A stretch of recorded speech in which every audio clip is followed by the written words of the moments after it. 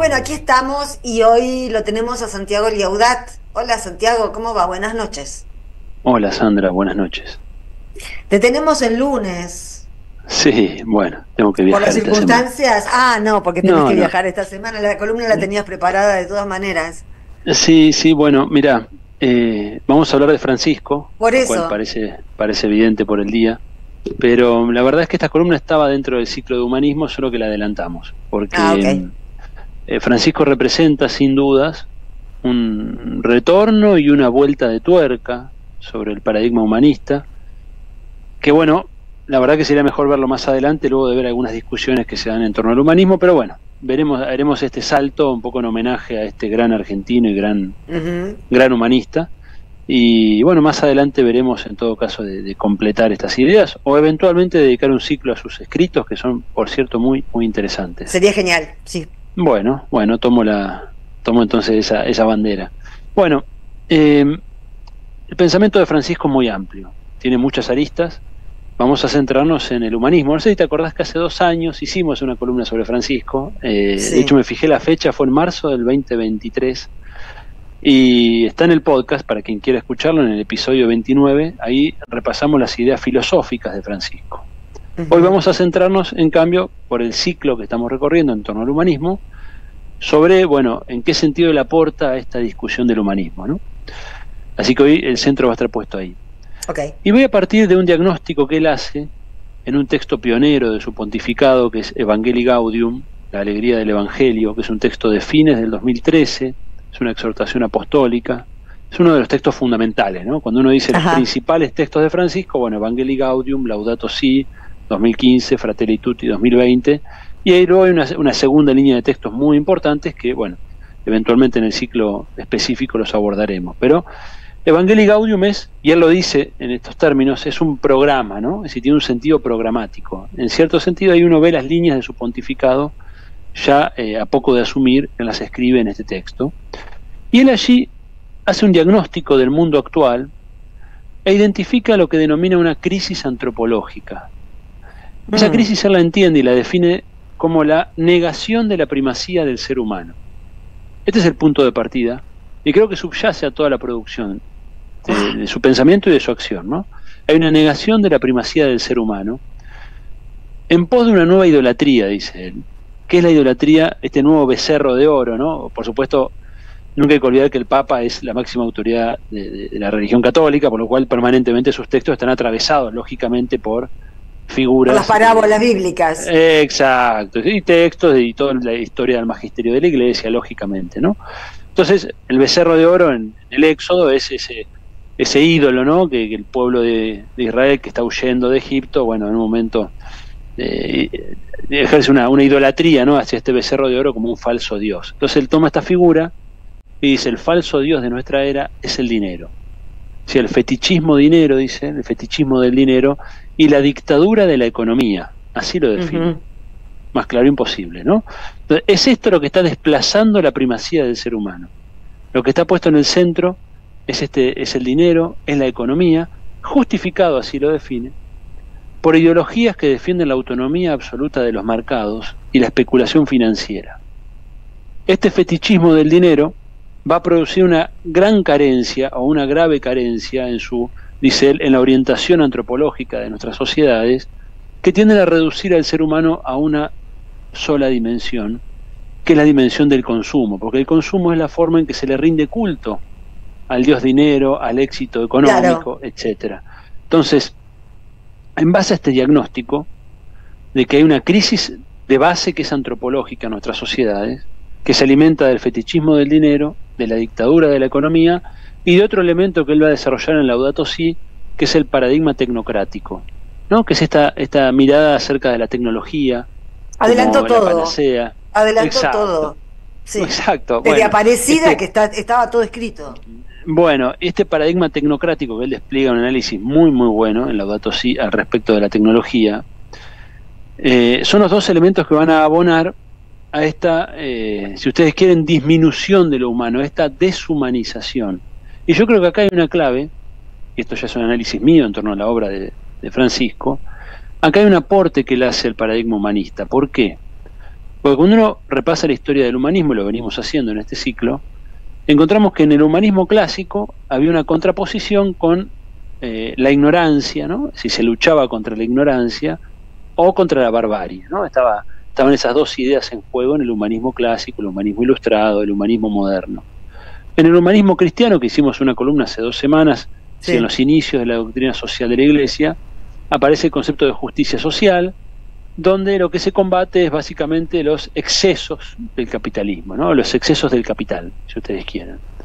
Y luego vimos en el humanismo marxista, la semana pasada, que el centro estaba puesto en la alienación, ¿no? Es decir, hay un problema acá con que en cierto modo dialoga con este análisis que hace Francisco, pero el centro estaba puesto en el concepto de alienación. En cambio, Francisco da una vuelta más de tuerca, y yo creo que tiene que ver mucho con que él abreva en fuentes de la filosofía y de la teología latinoamericana, donde esto se elaboró en esos términos, por ejemplo en Paulo Freire, ¿no? En Pedagogía del Oprimido, donde el eje está puesto en la lucha entre la humanización y la deshumanización.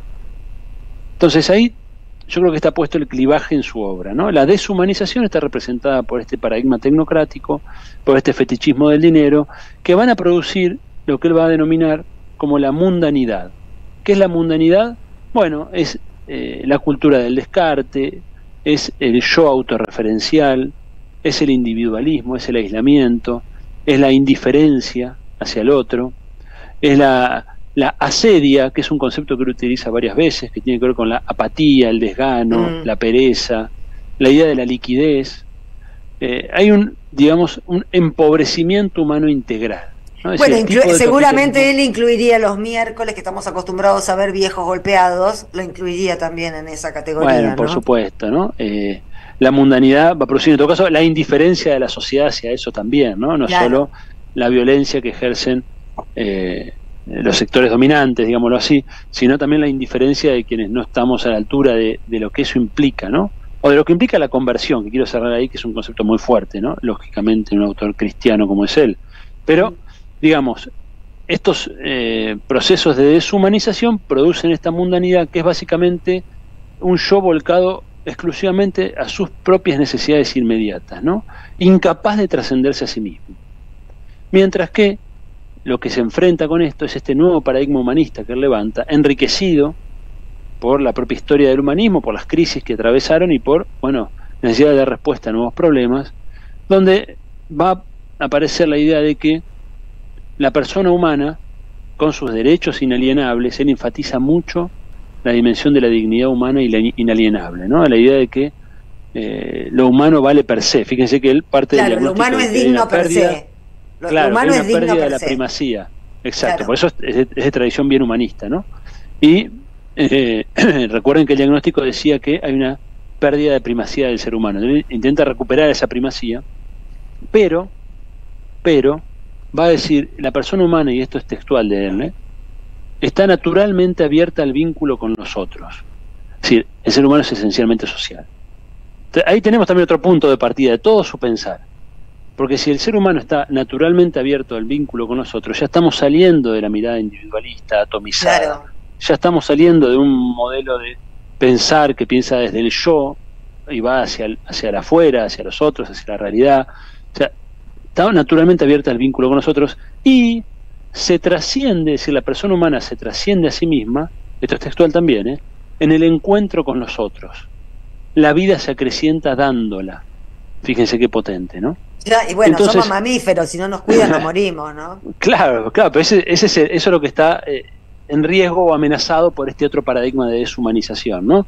Entonces él va a levantar con mucha fuerza el concepto de benevolencia, que es básicamente querer el bien del otro. Es decir, no, y esto es importante, porque a veces incluso en las luchas que a veces nos damos por nuestros derechos, siempre está la idea de que uno lucha por sí mismo, ¿no? Y él enfatiza mucho esto de querer el bien del otro. Dice, contraponiéndolo con la idea de la liquidez, ¿no? De la falta de vínculos fuertes o de convicciones fuertes. Él va a decir, esto es algo sólido, ¿no? Querer el bien del otro nos da alegría. Él hace un contrapunto en varios textos entre el placer inmediato y la alegría. Lo que se trata es de buscar la alegría, que es una felicidad más permanente. Esa benevolencia va a estar asociada a conceptos como la misericordia, que es sentir el dolor del otro, como la solidaridad, que se expresa, dice él, como servicio, que es un concepto muy importante, para pensar en términos generales, la política, el trabajo, la vida como servicio. Y fíjense cómo define el servicio, que también es otra idea muy franciscana de Francisco, ¿no? El servicio es cuidar la fragilidad. Podríamos decir que el humanismo de Francisco es un humanismo del cuidado, ¿no? Él va a hablar de cuidar la fragilidad. ¿Quiénes son los frágiles? Los pobres, las mujeres, los jóvenes, los ancianos, los niños, los migrantes, los discapacitados, la naturaleza. La naturaleza. Entonces, esta idea de cuidar la fragilidad, ¿por qué hay que cuidar la fragilidad? Porque evidentemente hay algo que la está agrediendo, ¿no? Entonces se trata de levantar un proyecto que nos lleve a la actitud de servicio, de cuidado de la fragilidad. Y aquí está el concepto central, por supuesto, para él como autor cristiano, que es el concepto de conversión, que proviene de la tradición. Hay un término griego que se utiliza, que es kerigma, que es el anuncio, ¿no? El anuncio de Cristo es este. Y él dice, fíjense, textual estoy leyendo, de Evangelii Gaudium, párrafo 187.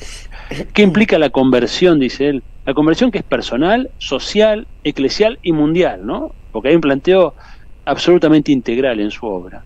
La conversión implica asumirse, dice él, instrumentos de Dios para la liberación y promoción de los pobres. Repito, la conversión implica, este es para él el corazón del Evangelio, ¿no? Volverse instrumentos de Dios para la liberación y promoción de los pobres.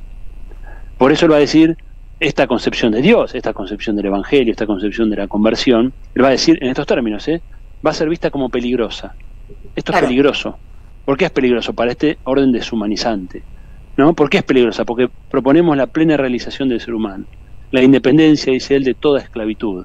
Y por eso va a decir, allá hace unos años, hace 8 o 9 años, en el encuentro con movimientos populares en Bolivia, una frase que recuerdo, cuando dijo, el futuro de la humanidad está en manos de los pobres, ¿no? Recuerden el concepto de fragilidad, porque pobres también son todos aquellos que están sufriendo, ¿no? Distintas opresiones y violencias, ¿no? Que emanan de este paradigma deshumanizante. Así que en definitiva nos invita a abrirnos al otro. Él va a decir, cierro con una frase más, porque son muy bonitas además.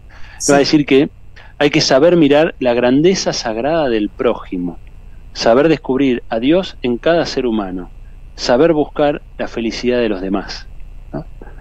Fíjense si esto no es. Si no tenemos programa, ¿no? Cuando a veces decimos que no tenemos proyectos, que no tenemos programa, que no tenemos horizonte. Bueno, acá realmente nos ha dejado un legado que creo que amerita que lo profundicemos muchísimo más, ¿no? Así que bueno, vaya nuestro pequeño homenaje para este gran ser humano. Gracias, Santiago. Adiós. Hasta la próxima, hasta la próxima. Nosotros, sepa y mensajes.